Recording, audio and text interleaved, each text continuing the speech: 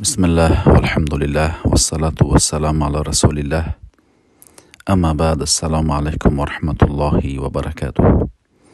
خوش آمدید دوستان به حلقه دهمین به کتابی شرح مختصری اصول الاعتقاد اهل السنة والجماعه، کتابی الامام اللالکائی. حدیث میگذاریم که پیامبر صلی الله علیه و سلم بعضی خبرهایی رو گفتن که باید ما از این خبرها عبرت بگیریم و آماده باشیم.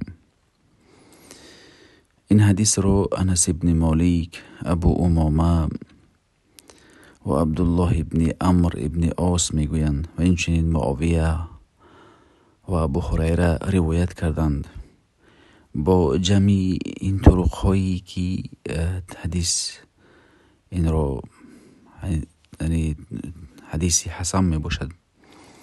ان ابی عامر عبدالله ابن لحی. ابی عامر عبدالله ابن لحی یکی از تابعین های بزرگ که در شام هستند میگویند که حججنا مع معاویه رضی الله عنه، با همراهی معاویه پسری ابو سفیان رضی الله عنهم حج کردیم. فلما قدمنا مکه، وقتی که وارد مکه شدیم، صلینا الظهر بمکه، و نمازی پیشین را در مکه خواندیم.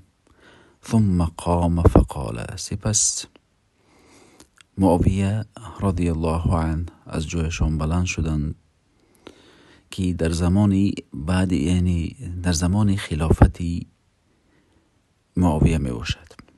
این حدیث را روایت کرده معاویه.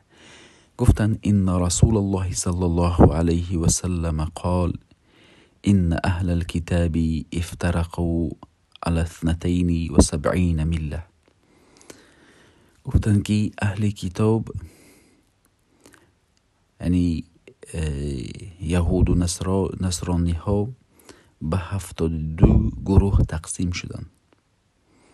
و این هذه الامه ستفترق 73 مله، یعنی الاحواء كلها في النار الا واحده وهي الجماعه.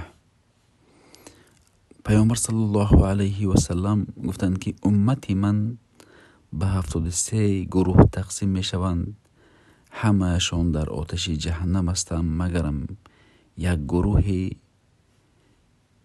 آنها وارد بهشت میگردند، آنها جماعت هستند. یعنی این را میگذاریم انشاءالله.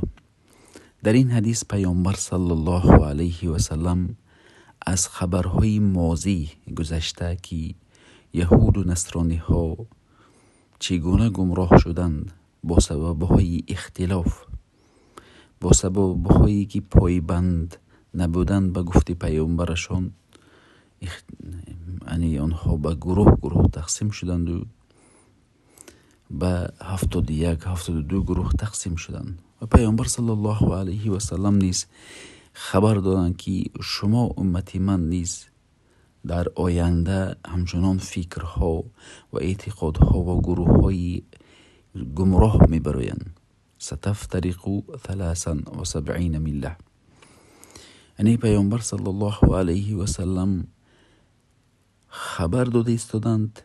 در سیاق این خبر این است که ما باید آماده باشیم و از همان گروه ها نباشیم که کلها فی النار، همهش در آتش است. گفتند الا واحده وهی الجماعه، مگرم که یک گروه هست که آنها واردی فرقه ناجیه میگویند. در حدیث ها آمده است که همان فرقه ناجیه که اینکه از پیامبر گفتند ما انا علیه و اصحابی، و همان فرقه ناجیه همان شخصی هستند که من و با همراهی صحابگان می باشند. یعنی هر کسی که چگونه که من عمل کردم با همراهی صحابگان، آنها گروهی نجات یافتگان می باشد. یعنی حیات پیامبر صلی الله علیه و سلم رو ببینیم چگونه با همراهی صحابگان بودند. اول اینکه اشداء علی الکفار و رحماء بینهم، آنها گروهی دست جمع بودند، سختگیر به کافران و بین یکدیگر مهربان بودند و چگونه در زمان خلافت، در زمان پیامبر و در زمان خلافای راشدین پایبند به دین بودند و در زمان پیامبر و صحابگان اختلاف هایی که چنان امروز به هر گروه میکشانند این چنین نبود. بنابر همین پیامبر صلی الله علیه و سلم فرقه یعنی نجات یافته رو بر ما گفتند و این فرقه های گمراه این است همه 72 فریقه رو نقل نکردند که چنان فکر دارد، فقط یک گروه رو بر ما خبر دادند که همان گروه فرقه نجات یافتگان که ما انا علیه و اصحابی. بنابر همین ما از پیامبر صلی الله علیه و سلم حیات پیامبر رو از وقتی بعثت تا زمانی مرگشان ما باید بخوانیم، صحابگان رو ببینیم، بدانیم، سیره رو خوانیم و آیت و حدیث رو بخوانیم که تا که سعادتمند آخر دنیا و آخرت شویم.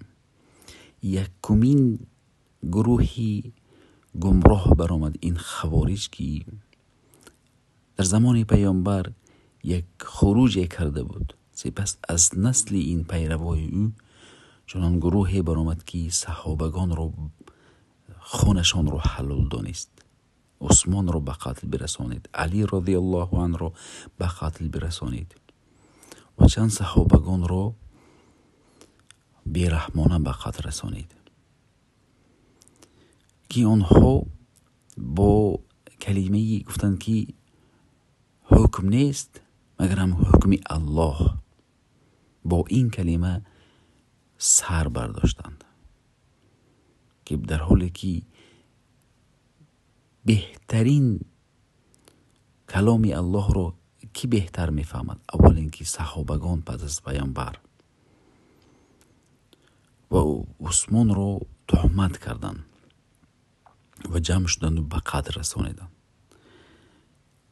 خوارج از پیش خود کتاب الله رو گفت لا حکم الا لله، حکم رو الله میکنند گفتند و عثمان رو چنان گفتند و چنین گفتند و به قتل رساندند.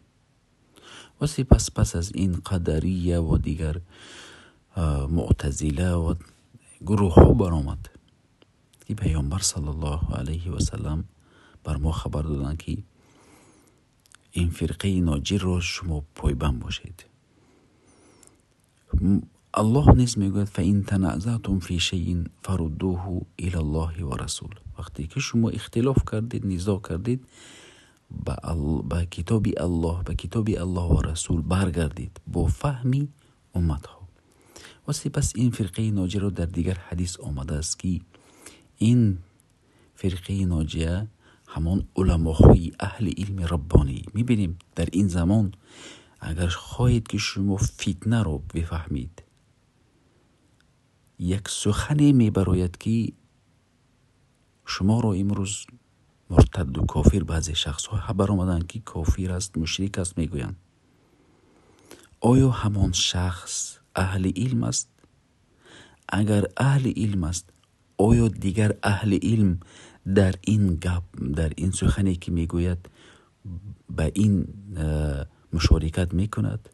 یک نفر برآمد، ممکن فروخته شده است، اهل علم باشدم، دیگر چیز باشدم، اما طالب علم هایی که در اطراف او هست، در هزار طالب علم ها هست، عالم ها هست، شما برگردید به دیگر طالب علم ها که آیا فکری همان شخص رو دستگیری میکنند؟ البته نه. همان شخص ها دستگیری میکنند که علم ندارند.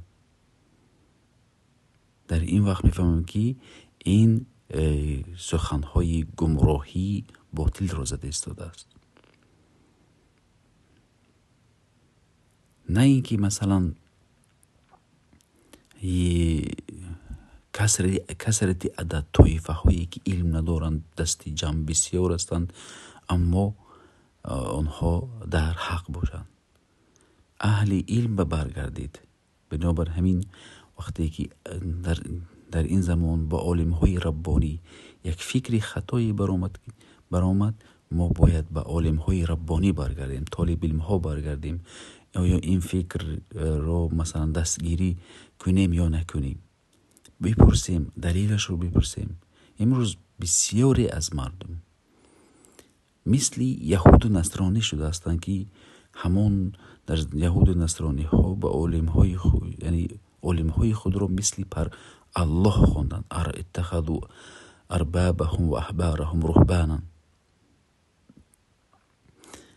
ما باید دست جمع به عالم ها و طالب علم ها برگردیم. وقتی که طالب علم ها عالم ها گفتند که این سخن خطا است، ما رد بکنیم. الحمدلله که در هر مکان و زمان عالم های ربانی وجود دارد. و سپس پیامبر صلی الله علیه و سلم گفتند که انه سیخرج فی امتی قوم یتجاری بهم کما یتجاری الکلب بصاحبه فلا یبقى منه عرق ولا مفصل الا دخله. پیامبر گفتند که قومی میبراید که از امتی من یتجاری بهم پهن می شود. چه خیلی که یتجاری الکلب، یک بیماریه که اگر سگ اگر در یک انسان رو بگزد، همون کسلی به پیوست انسان به همه جایش داخل می شود و چشمان سگ گزیده سرخ می شود و درد و الم می کشد. همچنان سخنهای باطل، بدعتها، خرافاتها، گروههای گمراه میبرند که مردم را همچنان که به بدن انسان خیلی که سگ گزیده همین کسلیش میگذارد به هر یک پیوند، همچنان مردم گمراه میشوند، به فتنه گرفتار میشوند. فتنه چیزی است که حتی دامن صحابگان را گرفت. میبینیم که چگونه صحابگان در زمان خلافای مثلا حضرت علی و معاویه و حضرت حسن و حسین رو میبینیم که حتی عمر عبدالعزیز رو به قتل رسوندن. حتی چنان فتنه دامنی خلیفه های معتصم بالله و دیگر شخص ها رو که معتزله برآمد و اهل سنت امام احمد ابن حنبل رو چگونه عذاب دادن. بنابر همین پیامبر گفتند که از امتی من قومی میبرند که همچنان فکرهای گمراهیشان جاری می شود به همه، چه خیلی که همون سگ گزیده بیماریش به همه تمام بدنی سگ گزیده جاری می شود، پیوندها می درآید، همچنان به قوم می درآید، مردم گمراه می شوند. این خوارج که خطرناکترین قوم است که در همه مکان و زمان وجود دارد. خون مردم رو حلال می داند. زنهای مسلمان رو میگویند که اسیر است، آنها رو بی نکاح زنا کرده می شود، مالش گرفتنش حرام است. بنابر همین امروز قومی برآمده است که به مانندی مردم رو کافر میگویند، مشرک میگویند. اگر با فکرشان مخالفت کردید مال شما رو حلال میدانند، خون شما رو حلال میدانند، دختر زن و فرزند خود رو، زن شما رو اسیر میدانند. بنابر همین نجات ما همون فرقه ناجی که ما از پی صحابگان تابعین که آنها در زمانشان چگونه بودند، متحد بودند و اسلام انتشار می یافت با فکری قرآن و سنت را با فهمی صحابگان و تابعین فهمیم، وگرنه گمراه می شویم. اینچنین معتزله و اشعریه و دیگر این قوم های از این خیل فکرها دور باشیم. السلام علیکم و رحمت الله.